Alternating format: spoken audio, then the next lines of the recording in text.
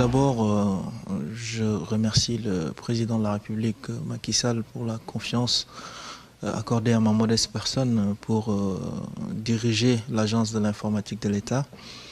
Alors, si on parle des réalisations au sein de l'ADIE, je pense qu'il y en a un certain nombre, mais maintenant, je pourrais peut-être évoquer les plus structurants et qui ont réellement pu impacter le vécu de l'administration sénégalaise. Parce que l'ADIE, comme vous le savez, a comme mission de mettre en œuvre la politique informatique définie par le chef de l'État.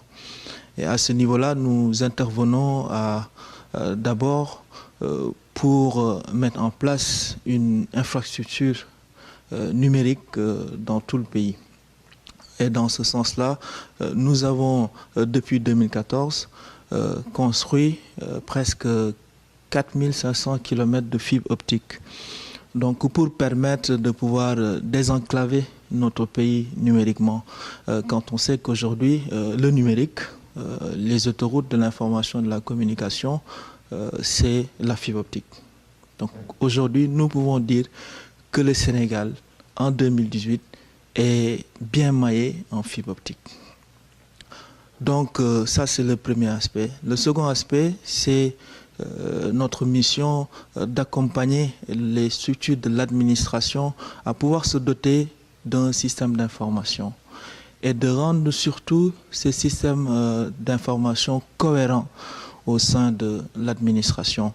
Et dans ce sens, nous avons un important projet, un programme que nous avons intitulé dématérialisation des procédures administratives. Et nous avons pu dématérialiser en 2018, depuis 2014, presque 70 procédures, qui sont aujourd'hui dématérialisées au sein de l'administration.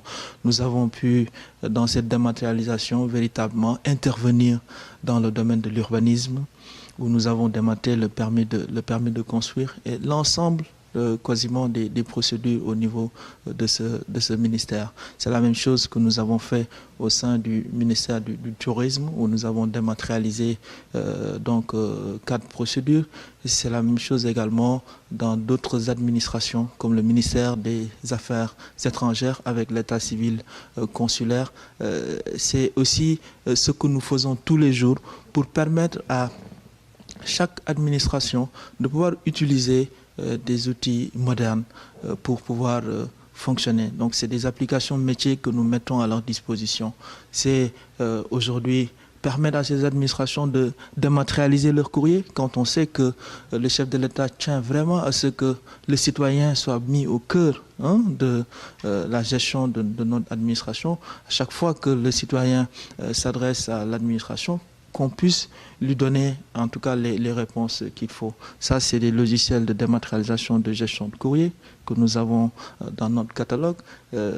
C'est véritablement un certain nombre de logiciels pour gérer les ressources humaines, pour gérer les plans de travail annuels, etc. Donc véritablement, aujourd'hui en 2018, quand vous allez sur le site de l'ADIE, vous retrouvez le catalogue de l'ensemble des produits et services véritablement que nous avons développés ces 3 voire 4 dernières années. Alors là, nous sommes en train de faire des tournées au sein des ministères. Hier, par exemple, on était au ministère des Mines et de la Géologie.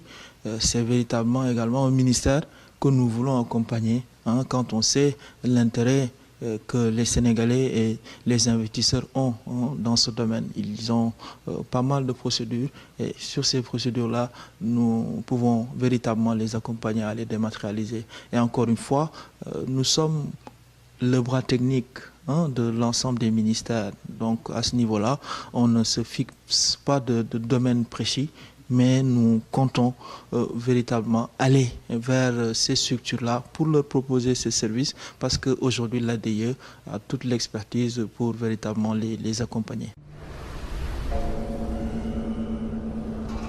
Alors pour la cybersécurité, l'enjeu majeur c'est la collaboration. Et je pense qu'à ce niveau-là, le président de la République l'a bien compris. en mettant en place la Commission nationale de cryptologie. Et dans cette commission, vous retrouvez l'ensemble des grands acteurs qui possèdent des systèmes d'information au sein de l'État. Donc ça veut dire tout simplement, au sein de notre administration, la préoccupation, elle est forte et est prise surtout dans la gouvernance à un très haut niveau, donc au niveau du président. Et l'ADIE fait partie de cette commission nationale. Et au niveau de cette commission, nous avons travaillé sur la politique en matière de cybersécurité. Et cette politique est aujourd'hui disponible et partagée par l'ensemble des acteurs. Et nous sommes obligés aujourd'hui de suivre les recommandations qui sont dans cette politique. Et au niveau de l'ADIE, plus précisément, nous travaillons à la mise en place d'un CERT, donc un centre d'alerte, donc au niveau de l'État, pour pouvoir gérer au mieux et mieux superviser les réseaux de l'État. Et c'est une démarche que nous allons aussi continuer avec l'ensemble des acteurs du public d'abord, donc le public, parce que quand même on a plusieurs systèmes d'information qui sont présents dans l'État, mais on sait qu'en matière de cybersécurité, il n'y a pas de frontières, il faut que la collaboration soit de mise. En tout cas, c'est ce que nous comptons institué au sein du Sénégal. Et je pense que quand même, à ce niveau, le Sénégal a fait de grands pas. Mais comme vous l'avez dit, aucun pays n'est à l'abri en matière d'attaque, parce qu'au sein de l'ADIE, par exemple, pour vous donner plus précisément l'état des attaques en matière de cybersécurité, il y en a tous les jours. Il y en a tous les jours, mais nous avons une équipe de veille et d'alerte qui, à chaque fois qu'il y a des attaques, font la riposte qu'il faut pour vraiment maintenir nos systèmes d'information et que nos données soient jamais corrompues. En matière de cybercriminels, on dit souvent l'identité des attaquants, à 90%, on ne peut pas les identifier en tant que personne. Dans le monde, c'est ça les statistiques. Mais clairement, aujourd'hui, l'enjeu, c'est de protéger au mieux donc, nos systèmes d'information et également collaborer avec les pays, parce que certes, il y en a partout, dans la plupart des pays dans le monde. C'est cette collaboration que nous devons avoir, c'est cette veille qui doit être systématique pour véritablement faire face à ces cybercriminels. D'abord, je tenais à dire tout simplement que là, il faut magnifier un peu la démarche du président de la République qui a bien voulu quand même, en tout cas, donner ce projet à un Sénégalais, donc qui est aujourd'hui en train de mettre en œuvre la TNT pour notre pays. Maintenant, je pense que par rapport au délai de réalisation, je pense qu'il y a quand même eu pas mal de retard pour la livraison de ce projet. Mais l'État accompagne toujours donc ce promoteur pour pouvoir vraiment finaliser le travail et permettre à ce que chaque Sénégalais puisse disposer de la TNT dans son foyer. En tout cas, l'État a beaucoup fait pour ce groupe. Maintenant, je pense que ça, il s'agit d'une affaire plutôt privée entre une banque et Escaf. Donc, l'État, forcément, suivra, en tout cas, ce qui va se passer et prendra les mesures pour vraiment permettre à ce que ce projet puisse continuer et permettre surtout à chaque Sénégalais d'avoir la TNT. Pour la TNT, donc, ce qui était prévu pour l'ADIE, c'est que nous puissions assurer le transport du signal par la fibre optique. Donc c'est ce qu'aujourd'hui nous avons fait. Nous avons pu connecter la quasi-totalité des chaînes de télé qui sont présents sur le territoire et qui disposent de bâtiments identifiés Donc nous avons amené la fibre jusqu'au niveau de ces chaînes et nous connectons également les émetteurs de Excaf au sein qui sont au niveau du territoire national. Et à ce niveau-là, véritablement, je pense que le travail a été fait.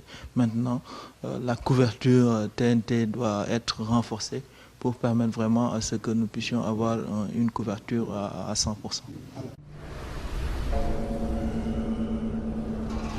Alors, d'abord, je pense qu'il faut féliciter le président de la République par rapport à cette démarche inclusive, hein, une démarche où il a, avec une série de rencontres, pu échanger avec l'ensemble des étudiants de nos universités.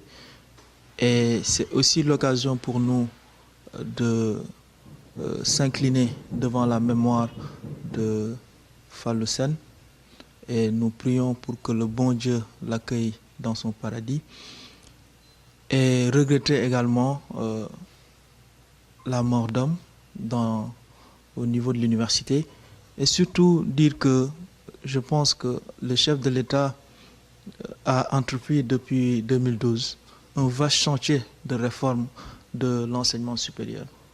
C'est un programme qui lui tient à cœur. Il veut que notre système soit réformé. Il veut surtout que nos étudiants aient beaucoup plus de chances à pouvoir s'insérer dans le monde de l'entreprise.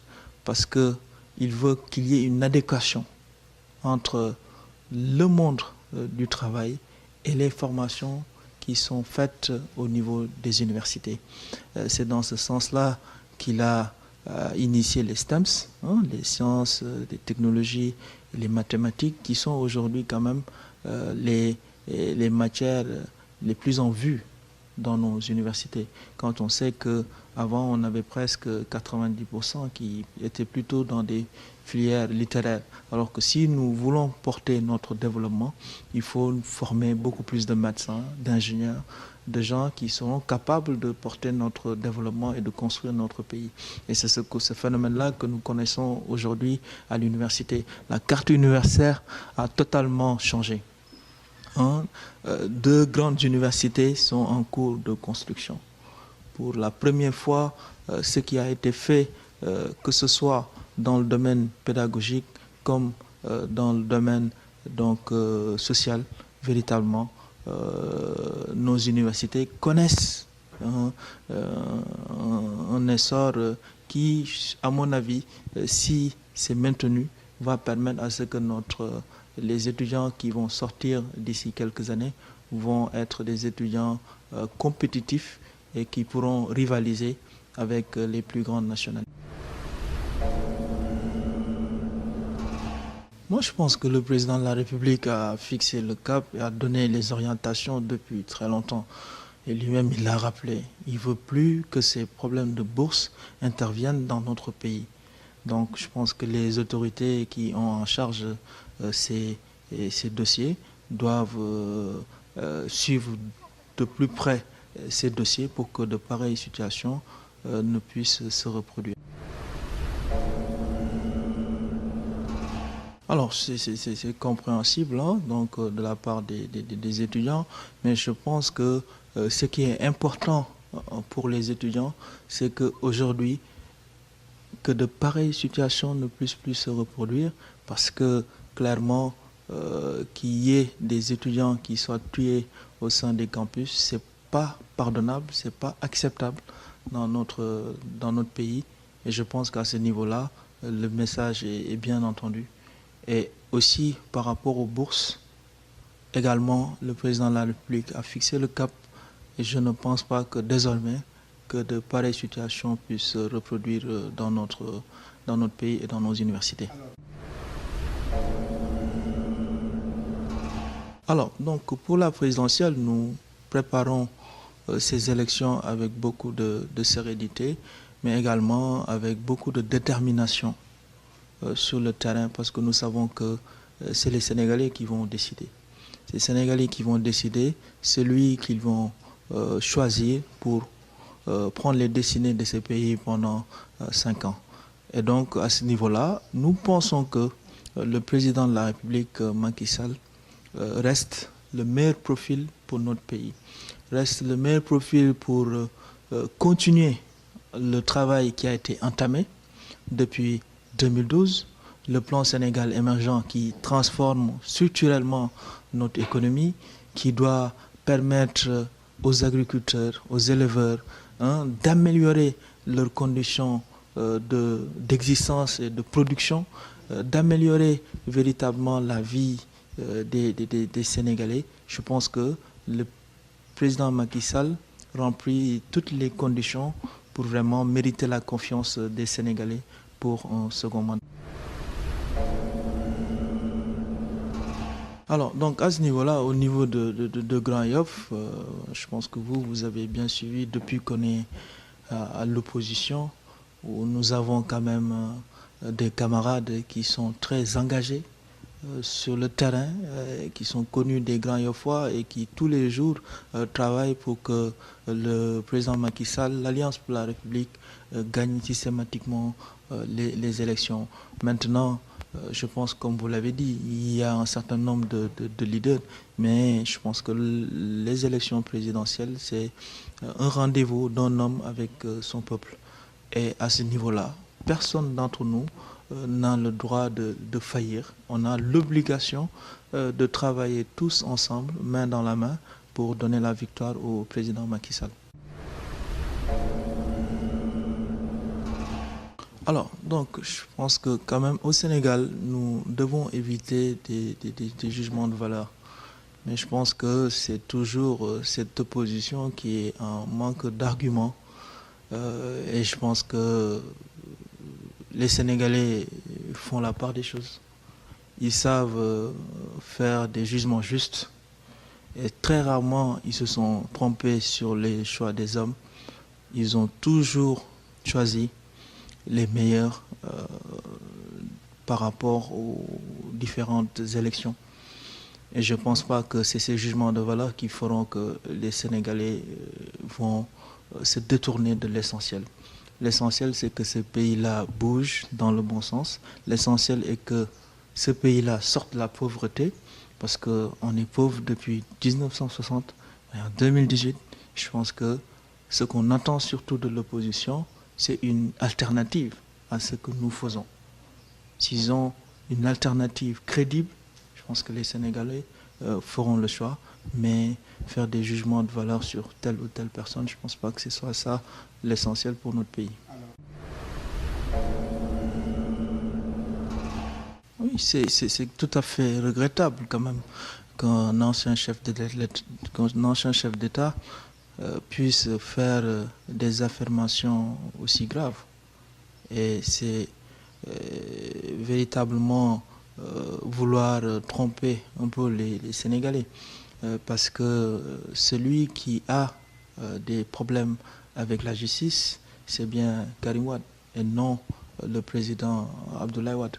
Maintenant, la justice est en train de faire son travail et personne, je dis bien personne, même si vous êtes un ancien chef d'État, ne peut empêcher la justice de faire son travail. Et donc, à ce niveau-là, je pense que le communiqué et la déclaration de Seydou Gueye a été très claire. Donc, il ne s'agit pas de la saisie de la maison d'Abdoulaye Wade, mais clairement d'une procédure qui concerne exclusivement donc, Karim Wade. Alors, je n'ai pas un commentaire particulier à faire par rapport à cette déclaration. Je m'en fiche juste en tout cas aux commentaires qui ont été faits par les chefs religieux. Je pense que les Sénégalais sont édifiés et connaissent de mieux en mieux l'homme Idrissa Seck. Alors, donc, ça, je pense qu'il faut qu'on fasse très attention. C'est un débat qui n'a pas raison d'être dans notre pays. Il faut surtout qu'on soit focalisé sur le développement de ce pays. Les confréries ont un rôle important et essentiel à jouer dans ce pays. Et cette stabilité que nous avons, cette paix que nous avons, qui est quand même la richesse la plus précieuse pour notre pays, nous devons tous faire des efforts pour préserver cette paix. Et toute personne qui passe outre et qui oppose les uns contre les autres, il est important de la remettre à sa place pour véritablement garder cette stabilité et cette paix qui est si précieuse pour notre pays. Je vous remercie. Merci Daouda.